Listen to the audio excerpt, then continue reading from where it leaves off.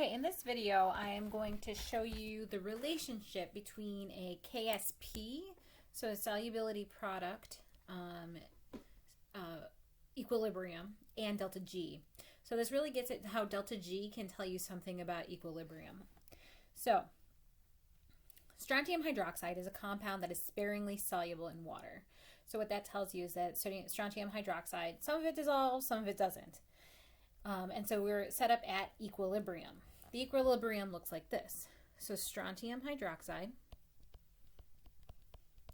as a solid, when you put it into water, some of it dissociates, but some of it stays together. That's why it's in equilibrium. And it'll dissociate into the strontium ion that is aqueous and two hydroxide ions that are also aqueous. So that's the equilibrium. And it says a saturated solution of that strontium hydroxide contains 0.234 molar hydroxide ion concentration. So what we're going to do right now is try to figure out what the Ksp is for this. Eventually we want to get into the delta G. In order to get the delta G, we need to first know the K. So we're going to calculate what the Ksp is for strontium hydroxide first. Because if we get the Ksp first, then we can use our equation of delta G equals negative RT natural logarithm of K in order to figure out the delta G. Once we get K, we can plug it into that equation. So remember, solids don't appear in equilibrium expressions because they don't change their concentration. So initially, we're going to do an ICE table because this is an equilibrium. Equilibriums are in terms of concentrations. Initially, we have 0 strontium ion and 0 hydroxide ion. The equilibrium shifts to the right to make up for the fact that we don't have any of those ions. So the change is that we increase by S for the strontium ion and we increase by 2S for the hydroxide ion. At equilibrium, the concentration of strontium is S. At equilibrium, the concentration of hydroxide is 2S. Now this is one of these places where we need to know what we know. So the Ksp is equal to the concentration of strontium to the first power times the concentration of hydroxide to the second power, because that coefficient matters. So we're trying to solve for Ksp. That means that we must know the concentration of strontium and hydroxide. I tell you, a saturated solution contains 0.234 molar hydroxide ion. That means that at equilibrium, the concentration of hydroxide is 0.234. So 2S equals 0.234. S then equals 0.234 divided by 2, 0.117. So the Ksp then is equal to the concentration of strontium. Oh, I see what I did.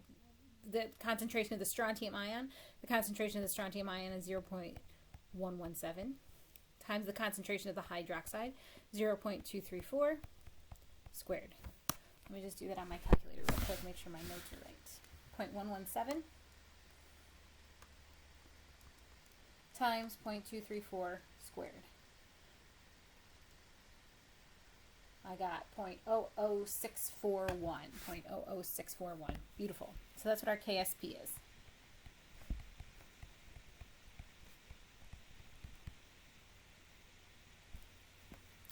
Now with the Ksp, we want to figure out what is the delta G for this dissolution. For the dissolving of the strontium hydroxide, we know what the Ksp is. Now let's figure out what the delta G is.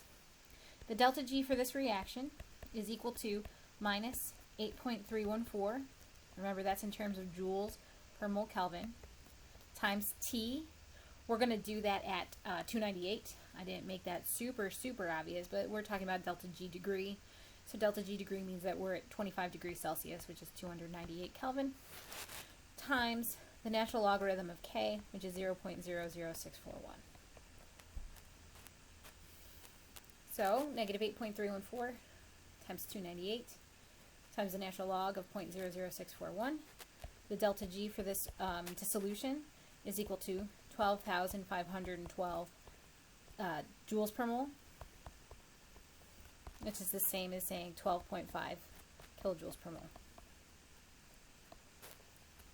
In this case, the delta G is positive, that means that it is a reactance-favored equilibrium. If it weren't at equilibrium, if it was a reaction, we would say that it was not spontaneous because delta G is positive. Since we're talking about an equilibrium, a positive delta G means that it is a reactance-favored equilibrium, which means that we should have more solid present after equilibrium has been reached.